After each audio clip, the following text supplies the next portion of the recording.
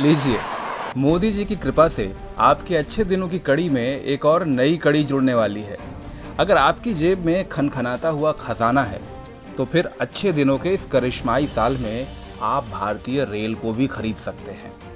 जी हाँ, अब कागज कलम उठा के ताज़ा खबर नोट कर लीजिए।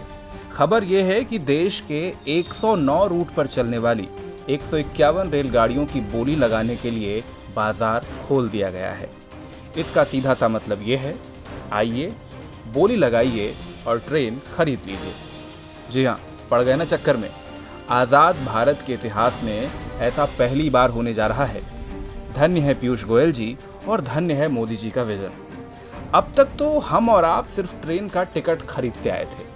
अब मोदी जी और पीयूष गोयल की कृपा से कोई भी बिजनेसमैन, धंधे वाला आदमी, कोई भी सेठ जी, कोई भी लाला जी चाहें तो पूरी की पूरी ट्रेन रूट समेत खरीद सकते हैं। और अब सवाल यह है कि सेठ जी ट्रेन खरीदने के बाद करेंगे क्या?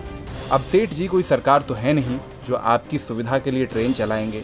वो कमाएंगे मुनाफा और हर उस तरीके से कमाएंगे जैसे वो कमा सकते हैं। वाकई तारीफ करनी होगी मोदी जी की। 70 साल के इतिहास में पहली बार ट्रेन की नीलामी होने जा रही है। जो अब तक नहीं हुआ वो पहली बार हो रहा है। जो नेहरू जी तक नहीं कर पाए वो मोदी जी करने जा रहे हैं। वाह मोदी जी वाह।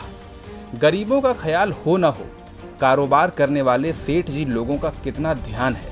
अब देशद्रोही तो इस पर भी सवाल उठा सकते हैं, लेकिन भाई इस विजन की गहराई को तो समझो कि जब ट्रेन चला के सेठ जी कमाएंगे तभी तो देश में तरक्की और खुशहाली होगी। अब क्या हुआ कि बाद में महंगी टिकट की वजह से गरीब आदमी ट्रेन की टिकट ना खरीद पाए। वैसे भी गरीब लोगों को ट्रेन का सफ़र कहाँ पसंद आता है।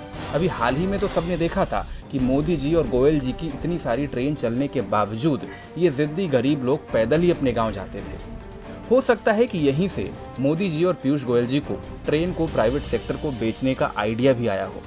अरे भाई, जब गरीब आदमी ट्रेन में बैठ ही नहीं रहा तो ट्रेन को बेचो सेठ जी को। अब देश की सरकार भला क्यों टेंशन ले। सेठ जी चलाएंगे अपनी ट्रेन और कमाएंगे अपना मुनाफा। जिसे ट्रेन में चढ़ना हो चढ़ ले। भाई वाह, गरीब लोगों से लेकर सेठ जी तक के फायदे के बारे में सोचने वाली ऐसी दिलदार सरकार की तारीफ तो बनती है। और साथ ही तारीफ बनती है इनके तेज तर्रार एटीट्यूड के लिए भी। एकदम फटाफट अंदाज में 1 जुलाई को मिनिस्ट्री ऑफ रेलवे ने प्राइवेट कंपनियों से प्रपोजल भी मंगवा लिए हैं। भारत सरकार को उम्मीद है कि इससे वो प्राइवेट कंपनियों से करीब 30,000 करोड़ रुपए तक का इन्वेस्टमेंट जमा करेगी। अब जैसे ही देश के 109 रूट पर 151 ट्रेन की डील हो जाती है, फिर देखिए कैसे कायाकल्प होता है भारतीय रेल का।